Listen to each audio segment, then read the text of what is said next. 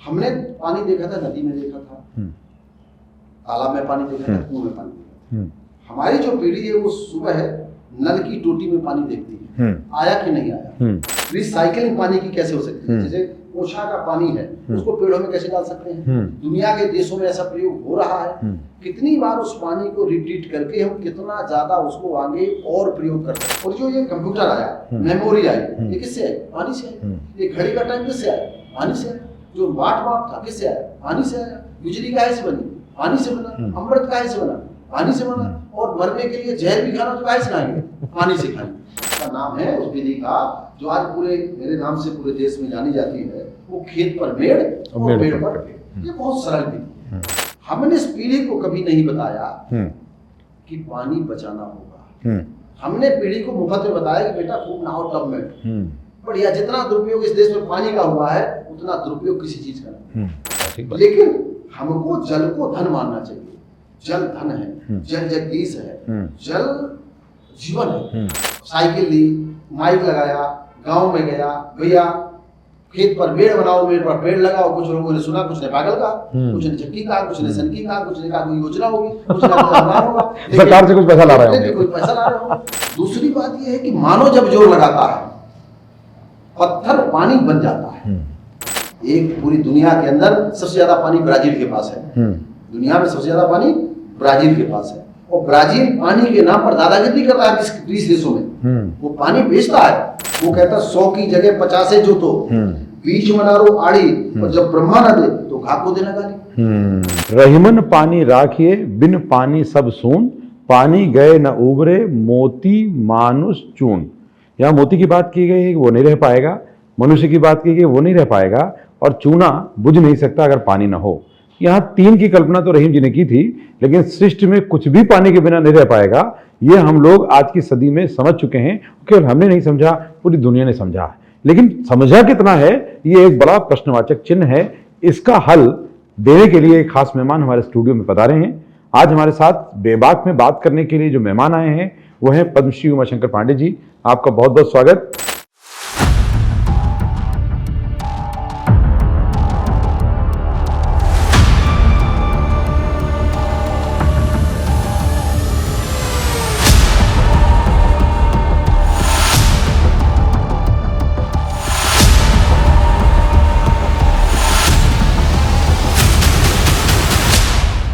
अगर पद्मश्री प्राप्त हुआ है तो ये समझ में आता है कि समाज में इस विषय को लेकर इन्होंने कितना बड़ा काम किया होगा कि परीक्षण और तमाम दस्तावेजों ने उसकी पेशगी रखी होगी, तब जाकर इसकी स्वीकृति हुई। और प्रतिष्ठा इसलिए क्योंकि ये समाज का ही नहीं पूरी दुनिया का विषय है, और पूरी दुनिया में ये विषय ठीक ढंग से जाए, ये लक्ष्य लेकर पद्मश्री उमाशंकर पांडे जी आगे जा रहे हैं। आपको बहुत बहुत स्वागत हमारे स्टूडियो में। बहुत धन्यवाद। और पानी एक बड़ा प्रश्न है।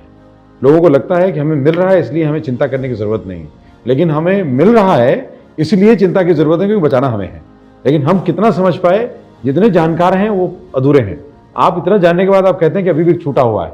तो आज हम इस पर बेबाकी से बात करेंगे। मैं चाहता हूं कि आज की वर्तमान पीढ़ी हमारे इस द पेन डाउन के माध्यम से ये समझ सके, और इसके विज्ञान को समझ सके, इसकी परंपरा को समझ सके, इसमें अपनी भूमिका को समझ सके, और समाधान की यात्रा में सहभागी हो सके। तो सबसे पहले पानी आज के समय में हम उसको कैसे देखें? पानी केरा बुदबुदा अस मानुष की जाति। ये जो मनुष्य की जाति का निर्माण हुआ वो पानी की बूंद से हुआ। आदमी कहता है मन चंगा तो कठौती में गंगा। तो बड़े महान दोनों व्यक्ति हैं, कबीर और एक रैदास। दोनों ने कितनी बड़ी बात कही। अपने रहीम से आपने शुरू करी बात, तो उसी को आगे बढ़ाते हुए बात कहूंगा आपसे कि जब आकाश से बूंद गिरती है तो एक होती है, और जब वो बूंद जमीन पर आती है तो वो नदी होती है, वो तालाब होती है, वो कुआं होती है, वो प्रलय होती है। भगवान श्री कृष्ण गीता में कहते हैं कि पानी और वाणी अगर इनका सदुपयोग किया गया तो ये जीव निर्माण करते हैं, और अगर ये बिगड़ गए तो विध्वंस का कारक बनेगा। तो हमें अब दुनिया में पानी का संकट है, और पानी बनाया नहीं जा सकता, केवल बचाया जा सकता है। अब परिस्थिति ये होती है कि हमने पानी को किस रूप में देखा? हमने पानी को तालाब के रूप में देखा, पानी को कुआं के रूप में देखा, पानी को, एक कहावत है कि आकाश के उड़ते हुए बादल नदियां हैं और चलता हुआ पानी बादल। इस विषय पर महाराज भोज ने इस देश में 5 जल योद्धा पैदा हुए। पहले जल योद्धा पैदा हुए वो महाराज भागीरथ हैं, जो गंगा को लेकर। दूसरे जल योद्धा माता अनसुईया है, जो अपने तपोबल से मंदाकिनी लेकर है। तीसरे जल योद्धा महाराज भोज हैं, जिन्होंने पूरी एशिया का, साउथ एशिया का सबसे बड़ा तालाब बनाया भोपाल में। 65,000 हेक्टेयर का तालाब बनाया, 65 बावड़ी को जोड़ के बनाया। और मैंने पानी पर जो उनका जल विज्ञान नाम का एक ग्रंथ है, वो 1200-1400 पेज का ग्रंथ है, उस जमाने में उन्होंने लिखवाया। और इसके पहले मेघमाला संपूर्ण संस्कृत विश्वविद्यालय में है, करीब 1800 पेज का है। मेघों के बारे में जो देवताओं की मंत्री परिषद है, वो पानी तय करती है कि हमको कितना पानी किसको कहाँ देना है, वो तय करती है। जैसे आप लोग कहते हैं कि वर्ष किसका, शनि का वर्ष चल रहा है, चंद्रमा का वर्ष है, सूर्य का वर्ष है, गुरु का वर्ष है, उसको वो अधिकृत कर देती है मंत्री परिषद। वो खैर विषय बड़ा हो जाएगा, लेकिन मैं जो आज की पीढ़ी के विषय, जो आज की पीढ़ी जानना चाहती है पानी के बारे में, पानी की स्थिति के बारे में, अगर आप वेद में पानी को पढ़ें, अद्भुत पानी के बारे में वेद में है, पूरा वेद का विषय पानी का है। फिर अगर आप उसके बाद अगर आप आते हैं तो आप 12 विहिर ने पानी के बारे में गुरुकुला में बहुत 151 सूत्र लिखे हैं, पानी कहाँ होगा। फिर आप और उस पर आइए तो आप चलेंगे तो पद्माकर ने गंगा शतक पूरा लिखा है। इसके बाद आप आइए तो मोहन राकेश का एक उपन्यास है, साल का एक दिन, ठाकुर मुंशी प्रेमचंद का एक है, ठाकुर का कुआं भी है। ऐसे अनेक ग्रंथ हैं जो पानी के बारे में बताते हैं और आने वाली पीढ़ी को पढ़ना भी चाहिए। अब बड़ा महत्वपूर्ण है कि अभी आपने जितने उदाहरण सुने हैं, इससे पता चलता है कि गुजरी हुई पीढ़ियां कितनी सजग थीं और उन्होंने उसको संयोजन के लिए कितने तरह के प्रयास किए कि आने वाली पीढ़ियों को ज्ञान के रूप में जो दस्तावेज हैं वो उपलब्ध करा सकें और उसका उपयोग होकर समाज समाधान की दिशा में यात्रा करेगा। लेकिन दुर्भाग्यपूर्ण ये है कि पाश्चात्य संस्कृति की उपभोगवादी व्यवस्था के हम शिकार होकर यूज एंड थ्रो में आ गए। तो हम पानी को भी वैसे ही समझते हैं कि ऐसा लगता है कि हमारी संपत्ति है, उपयोग करेंगे, उसका संचय नहीं कर पाएंगे, और इसलिए एक संकट पूरी दुनिया के सामने बड़ा खड़ा हो गया है। आप आधुनिक जल योद्धा हैं, तो चूंकि इनकी उपाधि ये समाज ने दी है और इस तरह से आपकी एक पहचान है। आपका जन्म जखनी में, जो कि बांदा में पड़ता है, और ये बुंदेलखंड की धरती से जुड़ा हुआ स्थान है, जहाँ पहले पानी की कमी नहीं थी, लेकिन आज पानी से शुरुआत होती है बुंदेलखंड की पहचान की। वहाँ पर आपने समाधान की यात्रा की, न केवल तालाब की एक प्रक्रिया अलग अलग खेतों के पास पहुंचाने, जिससे पानी का समाधान हो और खेती बचाई जा सके, किसानों को बचाया जा सके, गाँवों को बचाया जा सके और साथ में उनके जीवन को बचाया जा सके, उसके प्रयोग किए और बहुत से परिणाम उससे मिले हैं। और जखनी जो गांव का जो मॉडल वहाँ से शुरू किया था, बुंदेलखंड के बहुत सारे क्षेत्रों में आपने वो प्रयोग को बढ़ाया, लेकिन उस मॉडल को भारत सरकार ने स्वीकार किया और अब पूरे विश्व में इस पर चर्चा करने के लिए अभी जो लेटेस्ट जानकारी है कि 22 देशों के लोग आपसे कंसल्टेशन ले रहे हैं, इनपुट्स ले रहे हैं। इसलिए ले रहे हैं कि भारत के लोग प्रकृति के एक तरह से पूजक रहे हैं और हमेशा उसका संरक्षण किया है। वर्तमान में आज की पीढ़ी को एक तो दस्तावेजों में दर्ज बातें हैं जिसको कम सुनना चाहती है आज की पीढ़ी, लेकिन समाधान ढूंढ रही है। तो आज आप समाधान क्या बताना चाहेंगे? हाँ, ये आपने बहुत अच्छी बात कही है। ये बहुत सीनियर जर्नलिस्ट हैं और सामाजिक सरोकारों पर आपकी अच्छी गहन पकड़ और समझ है। आज मेरा अपना मानना है कि हमारे देश में 30 करोड़ लगभग युवा केजी से पीजी तक पढ़ रहा है, जो भारत की 1/4 की जनसंख्या के बराबर है। हमने पानी देखा था, नदी में देखा था, तालाब में पानी देखा था, कुएं में पानी देखा था। हमारी जो पीढ़ी है वो सुबह नल की टोटी में पानी देखती है, आया कि नहीं आया, और अगर आ गया तो दिन अच्छा है, नहा लिया, नहीं आया तो नहा लिया। उसके मूल स्रोतों से उसका वास्ता कोई वास्ता नहीं है। और मेरा अपना मानना है कि ये पानी की शिक्षा उन केजी से पीजी तक के छात्रों को देनी चाहिए। वो कैसे दे सकते हैं? पानी की पाठशालाएं शुरू होनी चाहिए। और पानी की पाठशालाएं कहाँ शुरू हो? गवर्नमेंट के जो प्राइमरी विद्यालय हैं उनमें जैसे नैतिक शिक्षा पढ़ाई जाती थी सप्ताह में 1 दिन, वैसे 1 घंटे जो वहाँ के शिक्षक गण हैं, मैं उनसे निवेदन करूंगा, आपके माध्यम से सरकार से भी निवेदन करूंगा, और जो हमारे संचार के साधन हैं, मीडिया के बंधु हैं, जो श्रोता आपके सुनते हैं, हजारों लाखों की संख्या में लोग सुनेंगे, उनसे भी कहूंगा कि वो जहाँ भी बैठे, पेड़ के नीचे बैठे, तालाब के किनारे बैठे, प्राइमरी में उन बच्चों को एक पढ़ने का 1 से 5वीं तक का सिलेबस एक पढ़ने का है।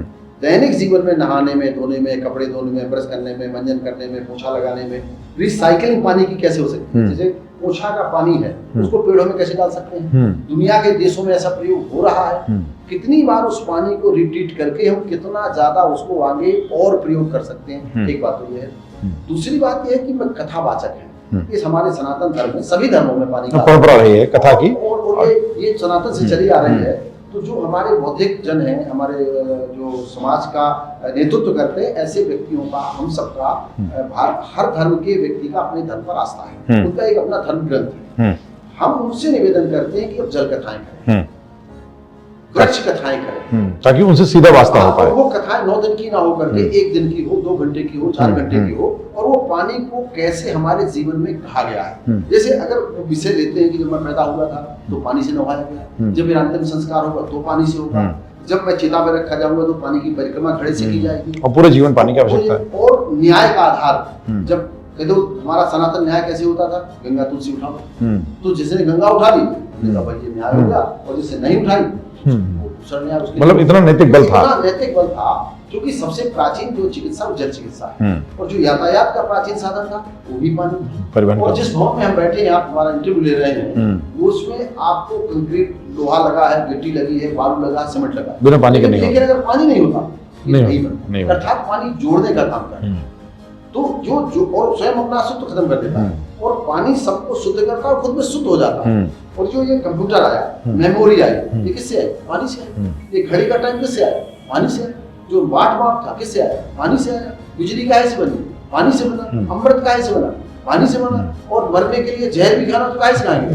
पानी से खाएंगे। इस सृष्टि में जो कुछ भी हरा भरा दिख रहा है वो पूरा और पूरी कृपा है पानी की। तो 5 तत्व से बना शरीर, चित्त जल पावक गंगा समीरा। तो जिस पानी के बारे में आप समझते हैं कि जब हमारे पुरखे चारों धाम की यात्रा करने जाते हैं वो कुछ नहीं लाएंगे, पानी लाएंगे, पानी लाएंगे। और हम जब भागवत पुराण सुनते हैं सबसे पहले हम की यात्रा निकालते हैं, कलश यात्रा निकालते हैं। तो अगर पानी विवाह होता है उसमें साक्षी कौन होता है? पानी साक्षी होता है। पानी साक्षी कलश में है। और पिंडदान भी करते हैं तो किसका करते हैं? पानी से। तो पेड़ और पानी, जब हम मौर रखते हैं सर के ऊपर सनातन में, हमारे यहाँ जब बच्चा पैदा होता था कुएं की पूजा होती है, विवाह होता है तो पानी की हर संस्कार में। हम जब कोई भी कार्य करते हैं, अगर बेटी का कन्यादान भी करते हैं तो गड़ुआ रखते हैं, लोटा, और बेटी को कन्यादान का साक्षी पानी को मानते हैं। इससे बड़ा जो पानी का जो प्रभाव है, वो पानी की मान्यता है, और जो पानी देवता है, पानी को देव कहा गया। नारद जी का नाम एक पानी है। तो ये जो नारदी परंपरा है, पानी को जोड़ने के लिए जो पुरखों के जो जोड़ने के बेजोड़ तरीके थे, दुनिया का कोई वैज्ञानिक बादल नहीं बना पाया, दुनिया का कोई वैज्ञानिक बादल ला नहीं पाया, और पानी भी नहीं बना पाया, कोई वैज्ञानिक बादल को 2 भागों में बांट नहीं पाया। लेकिन हमारे यहाँ ऐसे ऋषि थे, मुनि थे, जो बादल को बुलाते थे, बादल को वापस करते थे, पानी बरसाते थे। मैं आपके सामने एक महापुरुष महान ऋषि का इस समय स्मरण करूंगा, कालिदास। मेघदूतम में मेघों से बातें करते थे। दूसरे हमारे राग के माध्यम से, तानसेन, जब मेघ मल्हार बजाते थे तो पानी बरसने लगता था। दीपक राग की शुरू करते तो दीपक जलने लगता था। तो हमारे जो पुरखों के जल जोड़ने के बेजोड़ तरीके थे, मैंने इसलिए बात कही है कि वैज्ञानिक नहीं कर सकते। वैज्ञानिक का बनाया बांध की उम्र कितनी है?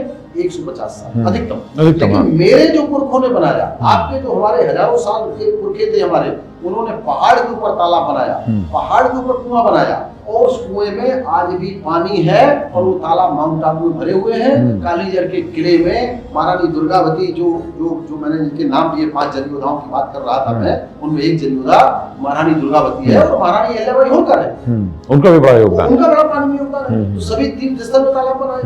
अब जो हम ये नहीं कह सकते, लेकिन मैं ये बात जरूर आपके सामने कहूंगा कि भारत सरकार ने भी इस दिशा में अमृत सरोवर योजना के अंतर्गत बड़ी संख्या में तालाब बनाए हैं। अगर कोई 6वां जल योद्धा इस देश में कहा जाएगा तो देश के प्रधानमंत्री नरेंद्र मोदी जी।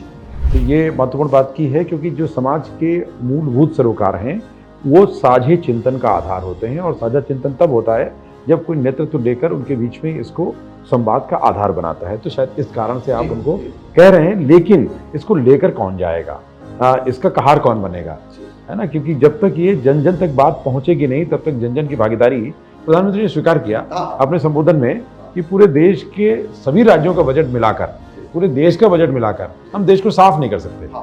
लेकिन एक तरीका है, अगर देश के 140 करोड़ लोग एक दिन ठान लें तो बिना बजट खर्च किए हम पूरे देश को साफ कर सकते हैं। तो जब हम ये कर सकते हैं तो दुनिया का कोई काम कर सकते हैं। हम सब अगर 1-1 लीटर बनाते हैं तो 140 करोड़ लोग 140 करोड़ लीटर पानी बचाएंगे।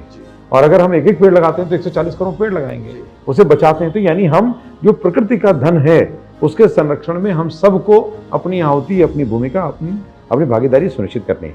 और ये करने के लिए ही उमाशंकर जी आगे चल रहे हैं। तो आप ये बताइए कि आपने जन्म से आपने कौन से प्रयोग किए और ये प्रेरणा कहाँ से जगी आपको? मेरी जो गुरु है वो मेरी माँ, और माँ सबकी गुरु होती है। मेरी माँ नहीं, सबकी माँ। तो मेरी माँ ने कहा था कि बेटा मातृभूमि माँ से बड़ी। और मेरा जन्म बुंदेलखंड के सूखे इलाके में। पहले तो पानीदार था। जब आप जन्म लिए होंगे तो पानीदार रहा होगा। जब लिया तो इसके पहले पानी का संकट वहां आ चुका था। और कहावत थी, पानीदार यहाँ का पानी आग यहाँ के पानी में, बुंदेलों में सुनो कहानी बुंदेलों की बाड़ी में। ये कहावत भी थी। लेकिन दूसरी कहावत वहीं पर आई कि धोरा तोड़ पानी गजब कर जाए, गागर न टूटे कसम मर जाए। तो जब मेरा जन्म हुआ तब तक ये कहावत आ चुकी थी। तो और हम बांदा से प्रतिदिन देखते थे कि जो सवारी ट्रेन है उसमें चित्रकूट मालगाड़ी और सवारी गाड़ी में पानी के डिब्बे से जाता, मानिकपुर पानी जाता था बांदा से। तो ये स्थिति देख करके, मेरा गांव चूंकि रेलवे के किनारे और कई बार ट्रेन की बोगी पलटती थी। पानी का संकट होने के कारण मेरे गांव के करीब 80% नौजवान गांव छोड़ के चले गए। तो मेरे पास पैसा नहीं था, संसाधन नहीं थे। तो मेरी माँ ने कहा था कि साधना करो। तो साधन नहीं है पर साधना करो तो साधन आ जाए, और यहीं से बैठो काम करो। तो मैंने कहा कैसे किया जाए? बोले पुरखे आषाढ़ माह में हर खेत में मेड़ बनाते, और ये मेड़ का जो प्रयोग है वो आज का नहीं है। हजारों साल पहले जब हमारे पुरखों ने भोजन के लिए व्यवस्था करी होगी अपने लिए, तो कोई खेत बनाया होगा, एक मिट्टी डाली होगी, उसपे एक थोड़ी दीवार बनाई होगी, और उसकी दीवार उसके साथ में भोजन उत्पादन किया होगा, और वो भोजन का जो आधा भाग है वो पशु को दिया होगा। बिल्कुल। तो जो मनुष्य खाता था अपने मित्र पशु खिलाता था। तो तुम भी एक ऐसा प्रयोग कुछ करो। तो मैंने अपने जीवन में जो प्रयोग करना शुरू किया उसका नाम है, उस विधि का, जो आज पूरे मेरे नाम से पूरे देश में जानी जाती है, खेत पर मेड़ और मेड़ पर पेड़। खेत पर मेड़ और मेड़ पर पेड़ के इस भाव को आगे बढ़ाने के लिए कर रहे थे। यानी खेत में मेड़, मेड़ पे पेड़, इस अभियान के माध्यम से भी खेत पर मेड़, खेत पर मेड़, खेत पर मेड़, खेत पर मेड़, खेत पर मेड़, खेत पर मेड़। ये बहुत सरल विधि है। इस विधि में क्या करना है? आपको पुराना फावड़ा है, पुरानी डलिया है, उसके और कोई ट्रेनिंग की जरूरत नहीं है, किसी उम्र का बंधन नहीं है, कहीं कोई आपको ऐसा नहीं कि कंप्यूटर चाहिए, नई तकनीक चाहिए, वैज्ञानिक क्या चाहिए, कुछ भी नहीं चाहिए। कुछ नहीं चाहिए। आप कोई भी, आप अपने घर से निकलिए, कोई बूढ़ा हो, नौजवान हो, महिला हो, पुरुष हो, अपना 25 गुलिया माटी अपने खेत की मेड़ में डाल दे, चलाओ, रोज काम करें। ये योग है, और ये एक तरह से व्यायाम भी है। और उसके मल्टीपल फायदे। हमारे बाबा, हम छोटे थे तो हमारे बाबा 1 घंटे अपने खेत की मिट्टी फावड़े से चढ़ाते, वो परवाह नहीं करते। तो उनका एक ही सूत्र के अंदर मिट्टी डालते हैं। और हम ये मानते हैं कि वो विधि से हमारे खेतों में आज ये नदियां क्यों मर गई? नदियां इसलिए मर गई कि जब पानी बरसता है और पानी बहता है, जब 100 किलो पानी बहता है तो उसके साथ में 10 किलो मिट्टी बहती है, कटा होता चला जाता है। वो कटती है, और वही मिट्टी गांव से निकल करके नाले में गई, वो वही नाले की मिट्टी नदी में गई, तो सिल्ट जमा हो गई, तो नदियां खत्म हो गई और गांव के नाले खत्म हो गए। अब वही मिट्टी पानी के साथ में तालाब में चली गई, तालाब में सिल्ट जमा हो, तालाब खत्म हो गए। हर वर्ष हमारे पुरखे गाँव में खपरा बनाते थे, तालाब की मिट्टी निकालते थे। गांव में मकान पक्के बन गए, खपड़े की किसी को जरूरत नहीं है, पूरा चक्कर टूट गया, वो चक्कर पूरा खत्म। अब वो तालाबों में कचरा डाल रहे हैं, तालाबों में गांव भर का कचरा डालते हैं। अब वो तालाब की भी कहानी हो गई। हमने जो मान दिया कि पेड़ पर पेड़, तो हो सकता है वैज्ञानिक तकनीक के आधार पे कुछ लोग मुझसे कहते हैं पेड़ अगर आप लगवाते हैं तो छाया खेत में पड़ती है, फसल कम हो सकती है, पशु पक्षी आते हैं, जीव जंतु आते हैं, वो फसल को खा जाते हैं।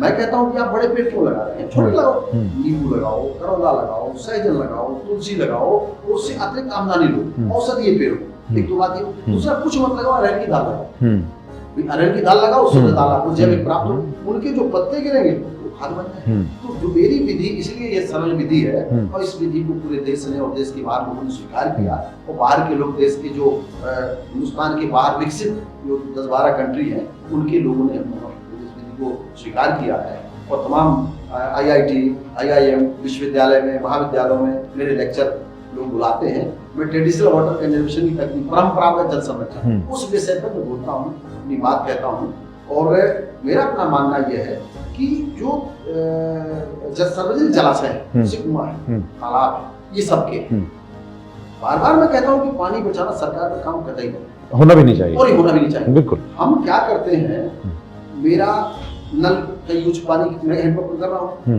हैंडपंप के पास कचरा सरकार साफ करे, क्यों कहीं पानी आप पीते हो, कुआं का पानी आप लेते हो, तो सफाई भी आप करो। और मुझे लगता है कि पहले यही समझना जरूरी है कि सरकार किसी और की नहीं, हमारी है और हम उसको जितना दूसरे कामों को छोड़ेंगे, मूल काम हम करेंगे। सरकार का समझ में बड़े अच्छा काम करना, ठीक बात। हम सरकार रोड ले आए, अच्छी बात, हाँ, जो समाज के स्तर से नहीं हो सकता, अच्छी बात है। सरकार सुरक्षा दे, अच्छी बात है। सरकार स्किल करे, अच्छी बात है। लेकिन हम अपने समाज में रह करके घर का कचरा दरवाजे में डालें तो सरकार आगे सफाई करेगी, तो कोई वैल्यू नहीं। और यहाँ पर ये बात भी समझनी जरूरी है कि जब हम सरकार में निर्भरता बढ़ाते चले जाते हैं तो सरकार आपकी जेब से ही पैसा निकालती चली जाती है, तो उसका अंतिम भार तो आप ही पर आना है, क्योंकि सरकार को आप चलाते हैं, यानी जनता चलाती है। देश की मालिक जनता है, देश की मालिक प्रधानमंत्री नहीं है, मुख्यमंत्री नहीं है, मंत्री नहीं है, ये सब तो आपके प्रतिनिधि हैं जिनको चुनकर आपने भेज दिया, चलाना उनको है। संवैधानिक की व्यवस्था ये है कि उनको आपसे रायशुमारी करनी चाहिए।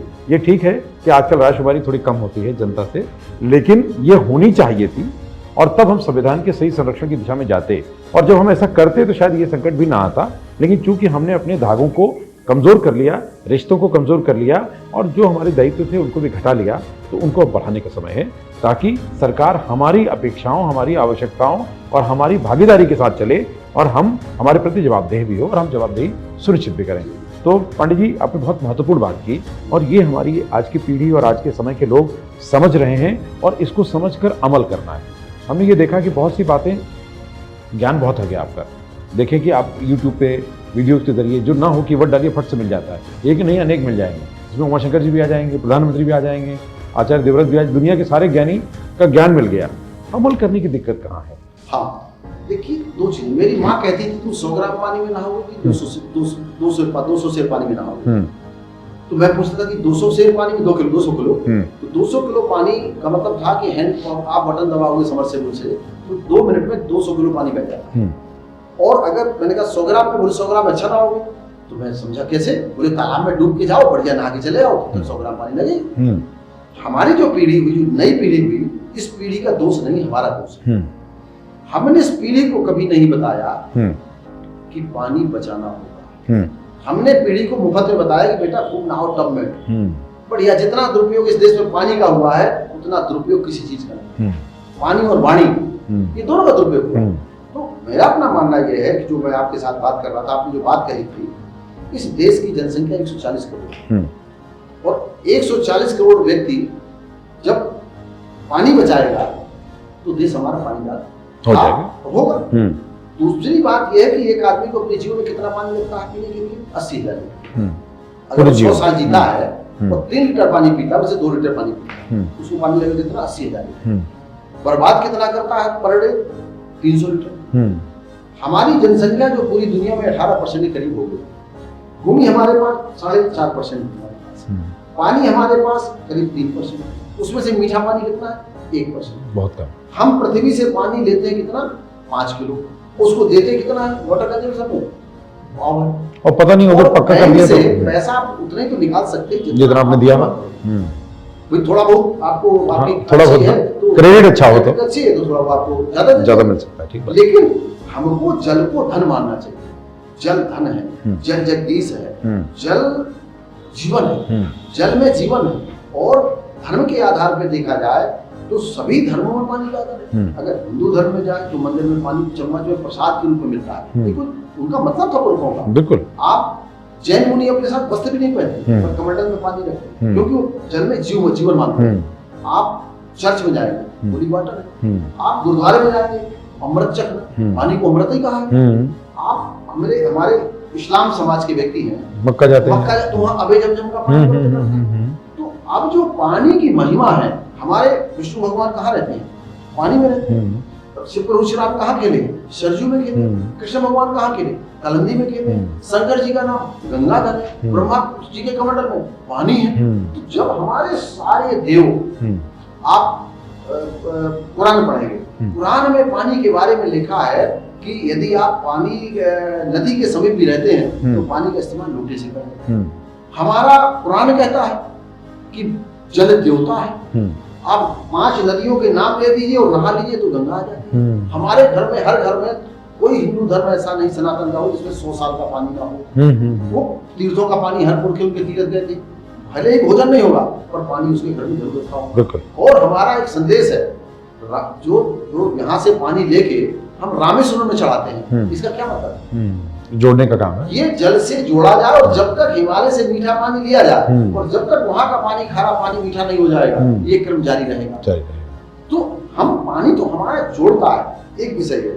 दूसरी, मैं आपसे बात करूँ, चर्चा कर रहे थे मेड़बंदी की, जो मैं अकेले तालाब नहीं बना सकता, मैं अकेले कुआं नहीं खोद सकता, लेकिन मैं अकेले मेड़बंदी कर सकता हूँ। इसलिए मैंने छोटा प्रयोग किया और वो सफल रहा। तो मालगाड़ी से, जो सवारी गाड़ी से पानी जाता था कहाँ? मानिकपुर। आज मुझे बताते हुए आपके माध्यम से बड़ी प्रसन्नता और खुशी हो रही है कि 2023 में उत्तर प्रदेश सरकार ने सर्वाधिक गेहूं बांदा मंडल से खरीदा। क्या बात। और दूसरे नंबर पर बुंदेलखंड का 86। टोटल 2,04,000 मैट्रिक टन खरीद हुई गेहूं, उत्पादन बढ़ा उत्तर प्रदेश में। और बुंदेलखंड ने 72,000 मैट्रिक टन गेहूं बेचा सरकार। अब आप इससे बड़ी खुशी नहीं हो सकती कि जहां मालगाड़ी से पानी जाता हो, लोग पानी की राजनीति करते हो, दिल्ली से पानी भेजते हो, वो उनका काम है, मेरा काम नहीं।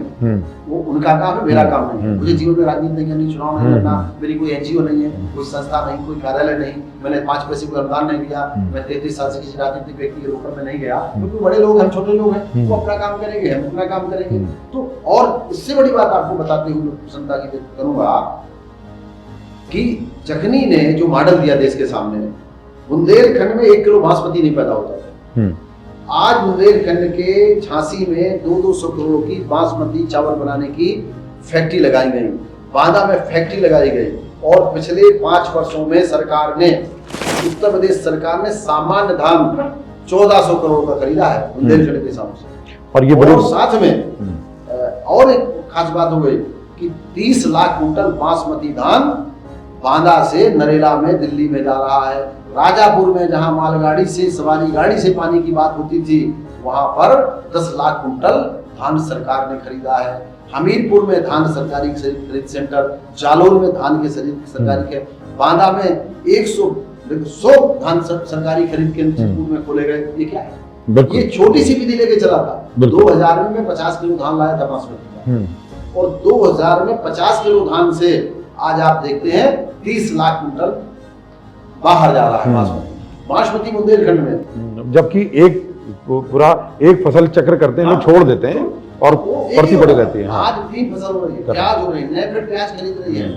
मुझे इस बात की खुशी है, मुझे नहीं पता, मैंने नहीं किया, मैं बार मैंने कोई काम नहीं किया, लेकिन एक छोटा सा प्रयास इतने बड़े परिवर्तन का आधार बन रहा है। बोल लिया, साइकिल ली, माइक लगाया, गाँव में गया, भैया खेत पर पेड़ बनाओ, पेड़ पर पेड़ लगाओ। कुछ लोगों ने सुना, कुछ ने पागल कहा, कुछ ने झपकी कहा, कुछ ने सनकी कहा, कुछ ने कहा कोई योजना होगी, कुछ ने कहा सरकार से कुछ पैसा ला रहे होंगे, कोई पैसा ला रहे होंगे। एक पर मेड़, एक पर मेड़, एक पर मेड़, एक पर मेड़, एक पर मेड़। इसके बाद जब इस बात को माननीय प्रधानमंत्री जी ने 2014 में उनकी जब सरकार आई और उन तक ये बात पहुंची, तो उन्होंने मुझे तुरंत मेरे काम पर जल शक्ति अभियान के अंतर्गत एक जल ग्राम मॉडल बनाया और 1050 ग्राम जखनी जल गांव जखनी के मॉडल पर बनाए गए। माननीय प्रधानमंत्री जी ने, श्री मोदी जी ने पूरे देश के प्रधानों को पत्र लिखा, 2,58,000 प्रधानों को पत्र लिखा कि मेड़बंदी सहित परंपरागत तरीके से पानी को रोकें। ये बड़ी बात है। मन की बात में मुझे खुशी है कि मन की बात में 100 बार की मन की बात में 4 बार मेरे बांदा के कार्यक्रमों का प्रत्यक्ष अप्रत्यक्ष रूप से उन्होंने चर्चा की, सरकारी प्रयासों की और सामुदायिक प्रयासों की। बिल्कुल। इससे बड़ी मेरे लिए कोई उपलब्धि नहीं हो सकती कि बुंदेलखंड का दूध बढ़ा, सब्जी बढ़ी, उत्पादन बढ़ा, आर्थिक व्यवस्था बढ़ी और मेरे यहाँ का पलायन हुआ। आज हर घर में आपको पता है कि आज से करीब आप 15 साल पहले की बात सुन लें तो बुंदेलखंड के हर घर में ताले लगे थे।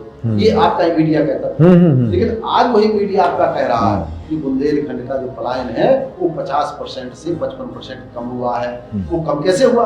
पढ़े लिखे लड़के वापस आ रहे हैं। मैं मेड़बंदी मेरी जखनी से निकल के, मेड़बंदी मेरी जगन्नाथ जी पहुंच गई, मेड़बंदी मेरी जखनी से निकल करके कहाँ पहुंच गई? द्वारिकाधीश के अंतिम गांव पुरंगा गांव में पहुंच गई, जहाँ के बाद समुद्र होता है। मेरे साथ मित्र बैठे हैं आपके स्टूडियो में विवेक, हम लोग वहां जाकर के भी 1600 एकड़ में मेड़बंदी करवाई। क्या बात। तो अब ये पूरे देश में लोग बुला रहे हैं, पूछ रहे हैं सबसे सस्ती तरीके।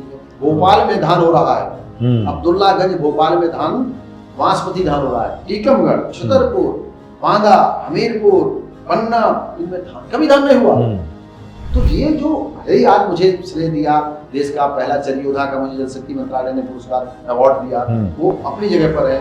मुझे जब 1999 में उत्तर प्रदेश के राज्यपाल डॉक्टर सूरज भान जी ने और तत्कालीन मुख्यमंत्री रामप्रकाश गुप्ता जी ने मुझे राज्य अवार्ड दिया था, स्टेट अवार्ड दिया था, तो उन्होंने मुझसे कुछ बात कही थी। उस समय मेरे दिमाग में बैठी थी वो बात। वो ये कहा था कि भाई राज्यपाल जी के यहाँ से जब आप राज्यपाल पुरस्कार ले जाते हैं, हमारा काम ही है अच्छे लोगों को, हाँ, ताकि समाज इसको स्वीकार करे, समाज उसे स्वीकार करे और पुरस्कार से लोग अनुग्रहण करते हैं। कुछ लोग अपने घर में टांग लेते हैं, कुछ लोग फाइल में रख लेते हैं, कुछ लोग बताते हैं अपने बच्चों से गाँव उपलब्धि के तौर पर, दरवाजे में दिखा देते हैं राज्यपाल पुरस्कार और वो बैठ जाते हैं। कुछ लोग होते हैं कि उससे प्रेरणा लेते हैं तो राष्ट्रपति भवन तक जाते हैं, अगले लक्ष्य तक पहुंचते हैं, राष्ट्रपति भी उनको पुरस्कार देते हैं। यहाँ से अगर हम 200 लोगों को राज्यपाल पुरस्कार देते हैं तो उसमें 2 लोग जाते हैं तो राष्ट्रपति पुरस्कार। राष्ट्रपति जब 2000 लोगों को पुरस्कार देती है तो उनमें 2 व्यक्ति पद्म सम्मान तक जाते हैं, बड़ी मुश्किल से पहुंचते हैं। अगर आप रुके नहीं, थके नहीं, करे नहीं, ऊपर से आपको फंसना होगा, अंदर से रोना होगा, कांटों पर चलना होगा। समाज हमारा तब तक स्वीकार नहीं करता जब तक पराकाष्ठा, जब तक उसकी पराका वो खत्म नहीं हो जाता। अंतिम चरण में लोग वादियों की इस दुनिया को छोड़ देता है, तब कहते हैं बहुत बड़ी आदमी। ये सत्य पूरी दुनिया का है। जब मुझे पद्म सम्मान मिला तो दुर्भाग्य था कि जब मुझे पद्म सम्मान मिला तो जिस माँ ने मुझे इस लायक बनाया, वो माँ के हाथ में वो पद्म सम्मान नहीं रख सका। वो यात्रा में जा चुकी थी, लेकिन उनका जो सपना था कि ये बुंदेलखंड का तो पहला सम्मान था, सेवा का पद्मश्री थी। हमें इस बात के लिए भी प्रयास करना चाहिए। मैं युवा पीढ़ी से कहता हूँ, जो सुन रहे हैं आपके श्रोता, कि अब तक उत्तर प्रदेश के पास सेवा का पद्म भूषण 70 सालों में नहीं मिला, लेकिन कोशिश करें। मैं पद्मश्री के रूप में नई बात कह रहा हूँ कि जब तक बुंदेलखंड में मेरे रहते 10 पद्मश्री नहीं आ जाती, तब मेरी पद्मश्री कोई मत। और नए उमाशंकर पांडे जल योद्धा पैदा करूं। हर गांव में अगर मैं 10 जलवीर पैदा करता हूं, 10 पानी के पहरेदार पैदा करता हूं, 10 पानी के जानकार पैदा करता हूं, पानी की जो विधियां हैं उस जमाने की विधि और विधि में थोड़ा अंतर होता है। तब सिंचाई के साधन रहट थे, लोग रहट से सिंचाई करते थे, खेती कम होती थी। अब चूंकि खेती का दायरा बढ़ गया, जनसंख्या हमारी 20 करोड़ से 140 करोड़ हो गई, तो हमको नई तकनीक का इस्तेमाल भी करना पड़ेगा, नई ड्रिप इरिगेशन का लेना पड़ेगा। जो देसी विदेशी तकनीक आ गई है, कम पानी पर अधिक फसलें कैसे पैदा हो, जो नए वैज्ञानिक तैयार हो रहे हैं, उनकी आज जो हमें सस्ती तकनीक नहीं लेनी चाहिए। हमको विदेश में हर चीज बुरी नहीं है और हर चीज अच्छी नहीं है, हो भी नहीं सकता। हमको अपने पुरखों का ज्ञान, परंपरागत ज्ञान और नवीन ज्ञान, दोनों को लेकर के पानी बचाने की दिशा में प्रयास करना है और प्रयास हो रहे हैं और समाज ने उनको स्वीकार भी किया है। लेकिन अभी जितनी बड़ी मात्रा में इसकी स्वीकार्यता चाहिए वहां तक पहुंच नहीं हो पाई है। और जब तक वो नहीं होगी तब तक वही है ना कि 5 लोग समाज के सुधारने के लिए अच्छी बात करते हैं और 500 लोग उनके खिलाफ काम करते हैं, तो उनकी ऊर्जा जो है, उसके जो परिणाम है वो भी कम हो जाते हैं और खुद किए नहीं, और जो नकारात्मक किया उसके दुष्परिणाम भी होते हैं। तो एक बड़े बदलाव के लिए हम सबको स्वीकार करने से पहले समझ विकसित करनी होगी, और समझ विकसित करते समय परंपरा और विज्ञान का समन्वय करना होगा, क्योंकि कोई भी परंपरा हवा में नहीं बनती। और जो परंपराएं हैं उसमें अगर कोई बुरी परंपरा हुई तो दोष भी हमारे लोगों का रहा होगा, उसको सही से व्याख्या न कर पाने के कारण। और उन परंपराओं के बार बार विश्लेषण करते हुए, सुधार करते हुए समय के साथ चलना जरूरी है। और ये चलते हुए मौशंकर जी तो यहाँ तक लेकर आए हैं, आगे भी लेकर जाना है। अपने बेटे को भी वो तैयार कर रहे हैं, लेकिन आगे और पीढ़ियाँ जो साथ में काम कर रहे हैं, बहुत से ऐसे साथी बुंदेलखंड में भी और देश के अलग अलग दुनिया के हिस्सों में जो समझ रहे हैं, जो चिंतन कर रहे हैं, जो काम कर रहे हैं, जिसे आगे लेकर जा रहे हैं, उनको भी सशक्त करना है। आप बिल्कुल सही कह रहे हैं। देखिए क्या होता है कि हम स्कूल में शिक्षा मिलती है और घर में विद्या मिलती है। हमको स्कूल की शिक्षा भी लेनी है और घर की अम्मा और पिताजी की विद्या लेनी है। हसिया में धार देना कोई सिखाया जाता है? नहीं, करते करते सीखा। आओ विज्ञान करके सीखें, वैसे करते करते सीखते। हमारे हजारों साल से फावड़ा, खुरपी, गेती, कुदारी, हल एक ही हल माने हर सभी समस्याओं का हल समाधान हल में है। अब हमको ये देखना है कि अपने बच्चे को, मैं जानता हूँ प्रशासनिक सेवा में अच्छे अधिकारी है, मेरे बुंदेलखंड में काम चला, बुंदेलखंड में काम हुआ। अटल भूजल योजना मेरे जखनी के मॉडल पर 6000 करोड़ की योजना। जल जीवन के लिए मेरा एक्सीलेंट मॉडल माना गया। माननीय जल शक्ति मंत्री शेखावत साहब ने उसको ट्वीट किया, डाला तो, और उस पर लिखा भी। तो जो भी पानी के अब तक प्रयास किए गए हैं, मैंने एक छोटी सी कंपनी में प्रयास किए, उन प्रयासों को सरकार ने, समाज ने स्वीकार किया, आप सबने सपोर्ट किया। अब क्या स्थिति बन गई है कि जो प्रशासनिक अधिकारी, मेरे यहाँ मेड़बंदी पर मेरा मॉडल पहले 470 ग्राम पंचायतों में कलेक्टर हीरालाल जी कलेक्टर उन्होंने लगाया। इसके बाद मेरे यहाँ अनुराग पटेल साहब आए, उन्होंने एक दो नदियां हम लोगों ने मिलकर प्रयोग किया कि चंद्रावल और गहराल नदी साफ की। एक हम लोगों ने मरौली झील बनाई 123 बीघे की समुदाय का आधार पर, उसमें 20,000 पेड़ लगे। आज आप चले जाइए, आपको 20,000 पेड़ गिन लीजिए, 10 फीट पानी आज की डेट में भरा हुआ है। ये महत्वपूर्ण उदाहरण है। एक बूंदा और 1 रुपया नहीं लगा, 1 रुपया नहीं लगा सरकार का। समाज ने पोपलैंड मशीनें दी, समाज ने मजदूर दिए, मनरेगा ने थोड़ा मजदूरों ने सपोर्ट किया और हमने वहां पर एक मॉडल बना उपलब्धि हासिल की। एक बात ये, दूसरी बात ये है कि मानो जब जोर लगाता है पत्थर पानी बन जाता है। हमको मिलकर के सबको ये तय करना है। इजराइल पानीदार बन गया, ऑस्ट्रेलिया में जल संकट था, ऑस्ट्रेलिया पानीदार बन गया। हम समझ रहे हैं जो दूसरे देश पानीदार बन सकते हैं, प्रधानमंत्री जी की बात हो या माननीय उत्तर प्रदेश के मुख्यमंत्री योगी जी की बात हो या कोई भी सरकार रही हो, किसी सरकार ने ये नहीं कहा कि पानी बर्बाद करो।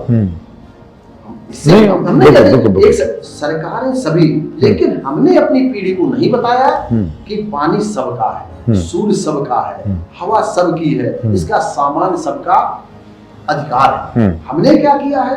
हमने ये समझा है कि पानी मेरा है और पानी का बाजार, जो एक बड़ी बात आपके सामने कह रहा हूँ, इस देश में ना दूध बिकता था, ना दही बिकता था, ना घी बिकता था, गोरस आप देते थे।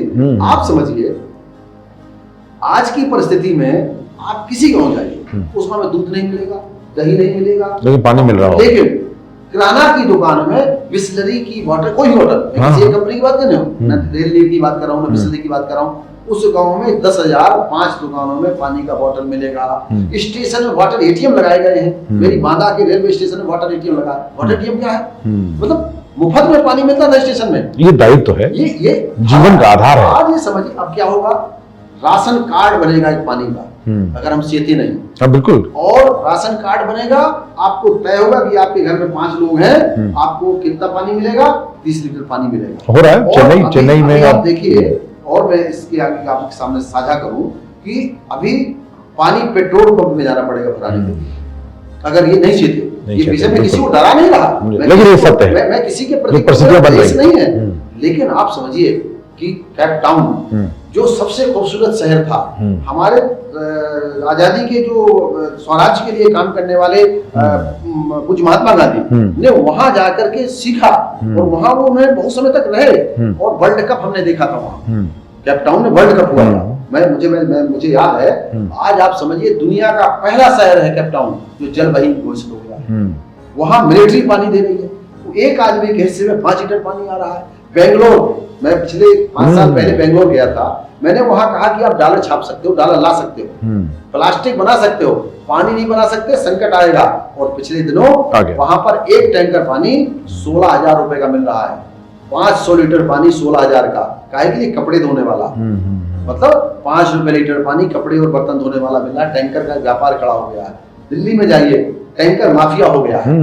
आप राजस्थान में जाइए, ट्रेनों से पानी अभी जा रहा है, टैंकर से पानी जा रहा है, और पानी का एक नीले सोने का बड़ा व्यापार, कारोबार। दुनिया के बड़े बड़े उद्योगपति पानी पर आ गए, पानी बेच रहे हैं। कोई कहता है मेरा नदी खरीद रहे हैं, यहाँ नदी बेची गई है। आप समझिए, ये जो दुनिया की बहुराष्ट्रीय कंपनी आ गई, एक ब्लॉक उसमें है आपके बनारस में, अल्जराइन ब्लॉक है। अल्जराइन ब्लॉक में आप जाइए, वहाँ का वाटर लेवल, वहाँ कोको कोला की कंपनी पानी बेच रही थी, बना रही थी। वहाँ के लोगों ने धरना दिया, आंदोलन किया, और वहाँ का वाटर लेवल 40 मीटर नीचे चला गया। वो तो वहाँ के लोगों ने आंदोलन किया, जल स्वराज के लिए काम किया, और वो वहाँ से बंद करके केरल में लोगों ने आंदोलन किया। ये पानी बेच कर जो टैंकर के माध्यम से पानी जा रहा है, जितने मोबाइल हमारे हाथ में नहीं है, उससे ज्यादा हमको पानी की जरूरत है। आप समझिए, एक पूरी दुनिया के अंदर सबसे ज्यादा पानी ब्राजील के पास है। दुनिया में सबसे ज्यादा पानी ब्राजील के पास है, और ब्राजील पानी के नाम पर दादागिरी कर रहा है 20 देशों में। वो पानी बेचता है। गरीब कंट्री पानी के लिए, अमेरिका जैसा देश पानी पर हुकूमत चला करके उनको पानी के वजह से मजदूरी कराता है, पानी देता है। तो हमको अब बैठना होगा, समझ पैदा करनी होगी, चर्चा का जो क्रम है लगातार चलाना होगा, और सारे काम बंद करने होंगे। पानी नहीं होगा तो स्कूल नहीं चलेगा, बिल्कुल। पानी नहीं होगा पेड़ नहीं होगा, पानी नहीं होगा ट्रेन नहीं चलेगी, पानी नहीं होगा कुछ भी नहीं। इसलिए सारी योजनाएं माननीय प्रधानमंत्री जो कहते हैं, हमारा जो पानी का जो पानीदार खुद को बनना है, आंखों का पानी बचाओ है।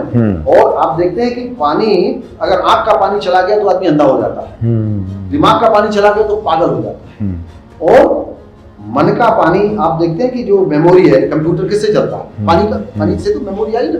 तो पानी अगर हम दिमाग रखते हैं और ये पूरा सृष्टि को चलाना है, संचालित करना है, तो उसमें पानी की एक बड़ी भूमिका है। और भूमिका ही नहीं है, पानी प्रधान है, बिल्कुल। और उस पानी प्रधान में आपने आज चर्चा में बुलाया, अच्छी चर्चा है। मैं आपको बहुत बहुत धन्यवाद दूंगा, आपके पूरे सहयोगियों साथियों को धन्यवाद दूंगा, और ऐसे विषय आप आगे भी चर्चा के लिए करते रहें।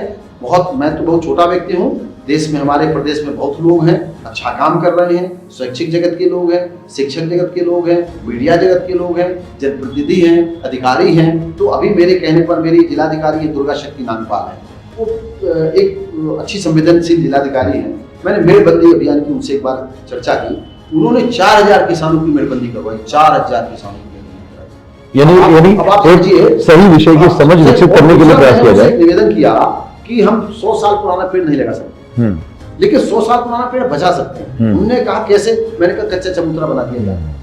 उन्होंने 200 पेड़ों को, महुआ के पेड़, जो पेड़ का जो पानी का बेटा पेड़ है, और पानी कौन लाता है? पेड़ लाता है। जैसे पीपल, पाकर, जामुन, आम, नीम, ये पानी के बड़े पौधे जो 5 किलोमीटर ऊपर अगर आकाश है तो उससे बादल को भी बुलाते हैं, और ये पेड़ हमारे काटे जा रहे हैं। तो उन्होंने 200 चबूतरे बनाए। तो मैं जो कहता हूं कि जैसे संवेदनशील जिलाधिकारी बहुत इस देश में, सभी अच्छे लोग हैं, सचिव अच्छे लोग हैं, जिलाधिकारी अच्छे लोग हैं, शासन अच्छे लोग हैं, सरकार में अच्छे लोग हैं। हम किसी की निंदा आलोचना नहीं कर रहे हैं, हम तो केवल ये कह रहे हैं कि उनसे जैसे अनुकरण करें। अगर एक जिलाधिकारी ऐसा कर सकती है बुंदेलखंड में, दूसरे जिलाधिकारी कर सकते हैं, सभी उत्तर प्रदेश कर सकते हैं। नदी बचाने के लिए मेड़बंदी कराइए, खेत पर मेड़ और मेड़ पर पेड़। माननीय मुख्यमंत्री जी ने पिछले भूजल सप्ताह में खेत पर मेड़, मेड़ पर पेड़ का स्लोगन दिया। खेत पर मेड़ और मेड़ पर पेड़ के इस भाव को आगे बढ़ाने के लिए कर रहे थे, नारा दिया था। अखबारों ने उसको पूरी तरीके से, विज्ञापन मंत्रालय, पर्यावरण मंत्रालय ने इसको जारी किया था। हम उसको कागज पर पानी न बचाओ, जमीन पर पानी बचाओ। आज की जो परिस्थिति है, उस समय पानी का जो व्यापार शुरू किया था वो अंग्रेजों ने शुरू किया था। अंग्रेजों ने नहर बनाई, वो जानते थे यहाँ एक चीज बिक सकती है, पानी, और नियंत्रित कर सकते हैं पानी, और पानी से नियंत्रण लोग कर सकते हैं। बिल्कुल। पानी बंद करो। पानी पे कूटनीति होती है देशों के बीच में, होती है कई देशों। अगर हम पानी बंद कर दें तो बगल वाला, अभी हरियाणा और दिल्ली की लड़ाई है, राज्यों की, राज्यों में है, सतलज की देश लड़ाई। हाँ, तो भारत पाकिस्तान की, आप देख रहे हैं, भारत पाक की चल रही, नेपाल के पानी की बात है, बांग्लादेश के पानी की बात है, बगल में आप जाएं अपने अरुणाचल प्रदेश की, आप जाएं तो तमिलनाडु की बात करें, आंध्र प्रदेश की, कर्नाटका की, तेलंगाना की, पानी की लड़ाई है। दुबई से अच्छे रिश्ते हो गए पानी के लिए, और पानी के लिए दुबई से रिश्ते हो गए। तो हम सब मिलकर के ये बात करें और समझें कि ये बातें, बच्चे हमारी पानी की पाठशाला में पानी पढ़ाएं। हर उद्योगपति, हर समझदार व्यक्ति 1 घंटे निकाले अपना महीने में और पानी पढ़ाए, पानी पढ़ाए, बच्चों को पढ़ाए। और पानी का एक विश्वविद्यालय, पूरी दुनिया का पहला जल विश्वविद्यालय बुंदेलखंड में स्थापित किया जाए। मैंने सरकार से निवेदन किया, कोई चलाए, कैसे भी चलाए, लेकिन पानी के जानकार लोग अभी हैं। और पुराने लोग, किसान घाघ एक हमारा कृषि और किसान का मौसम वैज्ञानिक है घाघ, वो कहता 100 की जगह 50 जोतो, बीच मनारो आड़ी, और जब ब्रह्मा न दे तो घाघ को देना गाली। वो कहता है बात कि मेड़बंदी के लिए उसने कहा है, घाघ बड़ा वैज्ञानिक है, हमको घाघ का सहारा लेना पड़ेगा, हमको नए जो हमारे वैज्ञानिक हैं उनका सहारा लेना पड़ेगा, हमको ऋषि मुनियों की पद्धति सबको जोड़ करके, जैसे पानी सबको जोड़ता है, पानी निर्मल करता है, जैसे जल जगदीश है, हमें जल स्वराज्य चलाना पड़ेगा। बहुत आवश्यक बात आपने कही है, और ये आवश्यक बात को जितनी आवश्यकता के साथ, जितनी जिम्मेदारी के साथ, जितनी तन्मयता के साथ आप समझेंगे, जानेंगे और ऐसे जो लोग काम कर रहे हैं उनके साथ मिलकर काम करेंगे, तो इन प्रयासों के परिणाम न केवल हमें हासिल होंगे, बल्कि अपनी ही जीवन में हम अगली आने वाली पीढ़ी के सामने गर्व के साथ कह पाएंगे कि हमने संकट नहीं समाधान दिया है। और कोशिशों से, प्रयासों से परिणाम आते हैं, आप उसके प्रत्यक्ष प्रमाण हैं। हम सब ने किए। मैं एक और आपके माध्यम से निवेदन करूंगा कि जो विद्यालय है, हम एक जो भवन होता है, अगर उस भवन का एरिया 100 मीटर का है, एक बिस्वा मान लीजिए 950 वर्ग फीट का, उसमें इतना पानी बरसता है कि अगर हम वाटर हार्वेस्टिंग कर दें, घर का पानी घर में, खेत का पानी खेत में, गांव का पानी गांव में, जंगल का पानी जंगल में, नदी का पानी नदी में, और तालाब का पानी तालाब में, तो वाटर हार्वेस्टिंग स्कूलों में, हर स्कूल में, आंगनबाड़ी केंद्र में अनिवार्य करनी है। और गांव के नालों की सफाई की जाए, और साथ में उनकी सफाई की जाए, उनमें हैंडपंप डाल दो, रिचार्ज होता रहे, दोनों काम चलता रिचार्ज वेल बनाओ, इंजेक्शन वेल बनाओ, तो पानी हर तरीके से पृथ्वी माता के पेट में डाला जाए, और इसके लिए जिम्मेदारी तय की जाए। ये वृक्षारोपण है, ये तय किया है, मैं जब मरूंगा तो 5 कुंटल लकड़ी ले जाऊंगा। कौन कहता है लोग ले नहीं जाते? मेरी माँ गई 5 कुंटल ले गए, मेरे पिताजी गए 5 कुंटल ले गए, जब मेरी पत्नी जाएगी 5 कुंटल ले गई। मैं अपने साथ में, जिनने मुझे जन्म दिया उनको मैंने 10 कुंटल लकड़ी दी, जो मेरी अर्धांगिनी है उनको 5 कुंटल लकड़ी मैंने दी, और जो मैं जाऊंगा मैं 25 कुंटल लकड़ी ले गया, और मैंने 5 पेड़ नहीं लगाए। तो अगर मैं इतना ले गया तो मेरा धर्म बनता है कि मैं 10 पेड़ लगाऊं, और उन पेड़ नहीं कहता। बिल्कुल, अगर 140 करोड़ व्यक्ति 10-10 पेड़ लगा देगा, तो इस हिंदुस्तान का जो वातावरण, जलवायु, क्लाइमेट चेंज, जो एक भाषा आ गई है, जो एक नई तरीके से, हमारी तो भाषाएं बनती रहती हैं। हमारे यहाँ तो स्थिति क्या है कि 5 जून को पर्यावरण दिवस मनाते हैं, अमेरिका के हिसाब से बन रहा है। बिल्कुल, हमारा जो पर्यावरण, जो हमारा जून है, हमारा जो पर्यावरण दिवस है, जलवायु की परिस्थिति अलग है। हरितालिका हमारा जो होता वो जुलाई में, जून में नहीं होता, हमारा तो अगस्त में होता है, हरितालिका तीज के साथ। वो उसको पेड़ लगाने का प्रावधान है, जब पानी बरस जाए पेड़ घोसाओ। हम तो तब पेड़ लगाते हैं जब वहाँ, मेरे जीवन में आलोचना में कभी किसी करता नहीं, लेकिन ये आलोचना नहीं, ये समाधान की तरफ ले जाने का प्रयास है। ये मेरी प्रार्थना है, बिल्कुल मेरी ये प्रार्थना है कि हमारे पास अभी कुएं बचे हैं, अभी तालाब बचे हैं, अभी नदियां बची हैं, हमारे पास अभी जो सामुदायिक जलाशय बचे हैं, अगर इनको बचा लेंगे ये देश बच जाएगा, ये पीढ़ी बच जाएगी। नहीं जैसे हम गुलाम थे, अब हम पानी के लिए गुलाम हो जाएंगे। बिल्कुल, हमारी जो आजादी थी, अब जल आजादी नहीं बचेगी, जल स्वराज्य नहीं हो पाएगा। अब गांधी नहीं है, अब वो मंगल पांडे नहीं है कि देश के लिए, आजादी के लिए चलेंगे, अब वो लोग नहीं हैं। अब हम नए लोग तैयार करें, नई पीढ़ी तैयार करें, एक सब्जेक्ट तैयार करें, पानी और पेड़ के लिए बच्चों को प्रैक्टिकल करावें। 1 से 5 तक के लिए सब्जेक्ट तैयार करें, 5वीं से 8वीं तक का सब्जेक्ट तैयार करें, 8वीं से 10वीं तक का सब्जेक्ट तैयार करें, 10वीं से 12वीं तक का सब्जेक्ट सरल भाषा में हो, स्थानीय भाषा में हो, अपनी अपनी राज्य की भाषाओं में हो, और जब तक उसमें न परीक्षा पास करे तब तक उसको अंक मिले। बिल्कुल, तो इसलिए नहीं, दबाव नहीं मेरा ये है कि हमारे हिंदुस्तान में अंग्रेजी कौन जानता था? लेकिन आज हमारे हिंदुस्तान में, क्या दुनिया में जाना तो अंग्रेजी चाहिए। इसी तरह हमको पानी का वैज्ञानिक बनना पड़ेगा, हमको पानी का पहरेदार बनना पड़ेगा, पानी का जानकार बनना पड़ेगा, जलदूत बनना पड़ेगा। और महाराज भागीरथ जो गंगा लेके तो आ गए, लेकिन अगर गंगा को हमने नहीं समझा तो नाराज होकर चली जाएंगी, दूसरा भागीरथ नहीं मिलेगा, फिर गंगा नहीं लाएंगे। और आपने जहाँ से बात शुरू करी थी, मैं वहीं से अपनी बात आपके समक्ष विराम दूंगा कि आपने जो बात कही थी कि आज जब पानी का संकट, उस समय नहीं, तो तुलसी बाबा ने बहुत अच्छी बात कही, चित जल पावक गगन समीरा, 5 तत्व से बना शरीरा, ये पानी केरा बुदबुदा आसमान उसकीरा, रहीमन पानी राखिए बिन पानी सब सून, पानी गई न उबरे मोती मानुष चून।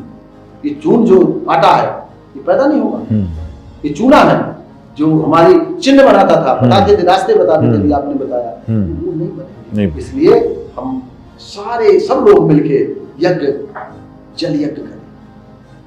चीटी परिवर्तन हो गया, वर्षा के दिन हमारे घट करके जो 120 थे 38 हो गए। हमको ये देखना है, अभी भी तालाबों में पानी भर लें, अभी भी कब्जे हटा लें, अभी भी जो बचे हैं तो पर्याप्त है। पर्याप्त है, बिल्कुल। और ये कोशिश कहने से नहीं, करने से पूरी होगी। और भूटान एक बड़ा अच्छा उदाहरण है, जिसने धन कार्बन फार्मिंग के जरिए अर्जित करना शुरू किया, पर्यटकों को बढ़ाकर नहीं, और संसाधनों का दोहन करके नहीं, बल्कि उनका संरक्षण करके अपने जीवन को, अपने नागरिकों को बेहतर बनाया है। तो हम सबको अपने देश में भी ऐसी पहल करनी होगी, अपने घर में, अपने स्थान पर जितनी भी तरह की कोशिशें हो सकती हैं उनसे जुड़ना है और दूसरों को जोड़ना भी है। तो चलिए कथाओं का क्रम शुरू करते हैं, आगे बढ़ाते हैं, मिलकर हाथ से हाथ मिलाते हैं और इन समाधानों की यात्रा करते हैं, ताकि ये वैश्विक जो जगत है वो भोगवादी संस्कृति को, हमारी परंपरावादी संस्कृति, उनको शिक्षा दे सके, उनको भी रास्ते पर ला सके, ताकि ग्लोबल वार्मिंग का संकट भी घटे और समाधान बढ़ता चला जाए। तो बहुत बहुत धन्यवाद हमारे स्टूडियो में आने और बहुत बेबाकी से अपनी बात रखने के लिए। तो आप सुन रहे थे कार्यक्रम बेबाक और हमारा ये प्लेटफॉर्म द पेन डाउन, और मैं हूँ राधेश्याम दीक्षित। दीजिए अनुमति, आज के लिए हम फिर मिलेंगे एक और मेहमान के साथ और एक विषय के साथ, और उसमें होंगी बहुत सी बातें, ताकि आपकी ज़िंदगी में कुछ बदलाव की शुरुआत हो। नमस्ते, धन्यवाद।